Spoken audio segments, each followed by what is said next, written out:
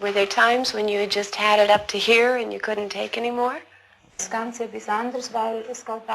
She never was thinking to leaving this whole case, but she was crying and fighting against Billy and against the whole case. At one point, Poppy admits, she was so fed up she burned half the photographs.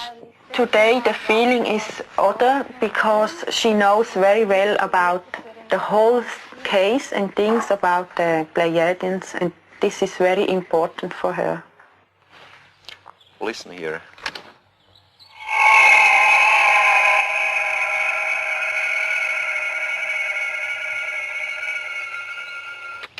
Wow, you recorded that here? My wife recorded this one here, and in the meantime, I've been there down very standingly with the other recorder. You had another recorder down Yes. there. How high was the ship above you? About 60 meters. 60 meters. How far would you estimate it is from here Oh. down there today? I think some 300 meters. The sounds bear no resemblance to anything Stevens has heard before. Meier gives them both tapes for analysis. Overwhelmed by the evidence they have gathered, the team meets to plan the next stage of the investigation. We're getting it all. We'll leave tonight? Yeah. Okay, on Meier. I think Meier is a very sincere and honest type person. What do you think, Steve? Has anything changed since you were here? The man seems to be the same, but there's some things changing around him. He's better off. He's got more people around him. More things are happening, but he still is basically sincere. What about the psychological aspects to the man? Do you think it's possible that he's a little schizoid? I mean, it's difficult to tell if what he's saying the Pleiadians are telling him is actually coming from them or coming from him. How do you determine that? Well, we can never prove Too many that other people aspect involved. of the case. Others have seen the same thing. There's a terrific cross-section of people here. You've got a school teacher, you've got a commercial pilot, you've got a businessman, you've got a CPA. They're as good as any average cross-section of society we've got. And they all tested him themselves to their own satisfaction before they ever got this far. Well, I think we ought to go back and throw the book at this one. Everything we can, top technology we can get involved. I think we ought to let the chips fall where we may and just see what we find. We're going to run down and say goodbye to Meier, and we'll tell him goodbye for you. Give him my best. Okay. I'll see you later.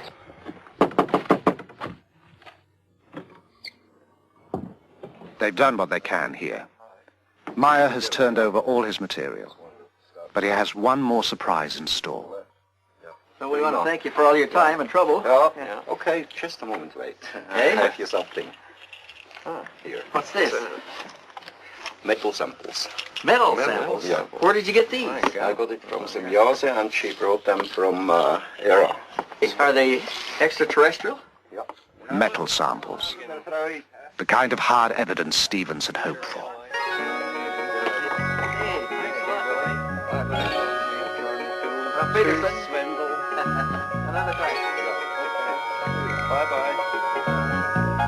We got the Vogel tape in. Great.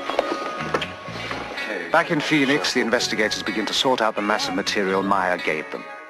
There are hundreds of photographs, the 8mm films, sound tapes of the beam ships and the fragments of metal.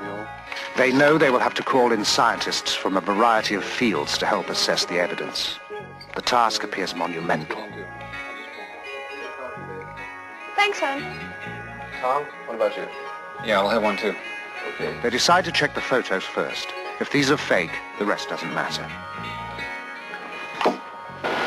Here we have our image. The ground is below. We'll place this on the platen, emulsion side up, in order to focus on the emulsion. The first step involves translating the photographic image into digital information, the language computers can read.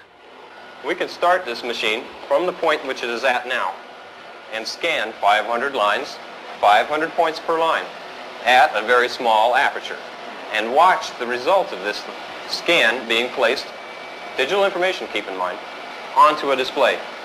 All right, over here on our display we can observe what the densitometer is doing. This microdensitometer is the same one used to help analyze the photos beamed back from space by the U.S. Pioneer mission. And tell it that we want to go 5 microns between each pixel. It will be digitizing a ½ centimeter square, scanning the first lines The digital information will be sent on for an analysis that will take weeks to complete. Meanwhile, Welch and the elders decide to learn what they can of the history of UFO experiences. But can you give us some more background on this phenomenon? What is this all about? Well, it's not a new thing, Lee. This thing's been going on for a long time. How many sightings have there been? One of the researchers calculated that there may be as many as 70,000 reports in a year worldwide. Is there anything these sightings have in common? Okay, there are some common things commonly reported. First of all, they're always accidental. UFO pictures, up to this point at least, are accidental. They happen once and they're gone. Is there anywhere that they show up more than other areas? Here's some stuff here that began way back. These are documented cases. Some of these are even classics. Photographs. Here's one from Argentina. But this whole thing is full of them. This one is full of them. That's full of them. All of those are full of such cases. In Stevens' files are over 3,500 photographs of UFOs, some from early in this century. Most were single sightings, some observed by several people at the same time. In Perry, Ohio, the whole town watched a UFO at twilight for 30 minutes. In Brazil, a Navy photographer took a series of photos of a UFO flying over his vessel. Observers at NASA have spotted UFOs at our space launches. Tientsin, China, Woonsocket, Rhode Island, Norway, Corsica, Japan, New Jersey. These are among the sightings that are reported. No one can guess how many go unreported. They're pretty much all over the world. I don't think you could pick out a single place and say that there are more UFO sightings there than any other place. It's a worldwide phenomena, and primitives as well as advanced societies all view them and they see the same things. What's the public's reaction been to all of this? Well, there was a poll made about 3 years ago, I think, where they asked the question, I think the question was, how many people believe that UFOs exist? And this has been a progressive thing. It's been growing. And the last one showed something like 65% of the American population believes that UFOs exist. Why don't they contact our national leaders and land someplace like on the White House lawn? I'm not sure that national leaders haven't been contacted. There is some indication that various world leaders, even church leaders, have been contacted. Mary, do you have that file that we had on spectrographic analysis that we did? Oh, yeah, Tom, it's As the investigation continues, results from the testing begin to come in to the Intercept office in Phoenix. Hey, Lee. Hey, Tom, what's up? Just got this back. We sent this photograph over to Neil Davies. Just got his report back. Neil Davis. Physicist, aerospace industry subcontractor. Right, okay, got it. Examined the photograph with microdensitometer. Also, these you're seeing here are the black and white color separations that he did, and let's see what the results were here. Examination of these plots did not reveal any details which would cast doubt upon the authenticity of the photograph. And there's more. Color copy negative, color separation. Nothing was found to indicate a hoax. And his conclusion is even more interesting. Let's see, black specks.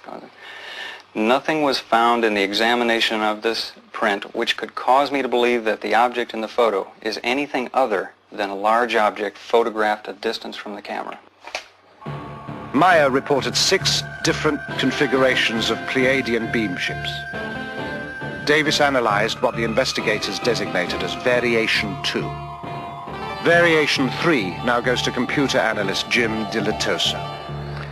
This is the new picture that we digitized last week using the microdensitometer. We transferred it over to floppy disk here. Let's look at the first map in low-pass filtering. Why these particular colors on the screen? What are we seeing? I mapped it in such a way that the real colors are not what we're seeing, but one shade of a color that's really similar to another one, like 2 shades of red, are in high contrast so that we can really see the difference. I see. Have you found any anomalies yet of any kind? Anything I find strange things, but nothing that would tell me that someone's tampered with the pictures. I see. Nothing indicating a hoax method or indicating superimposition or anything like that? Nothing that I can find.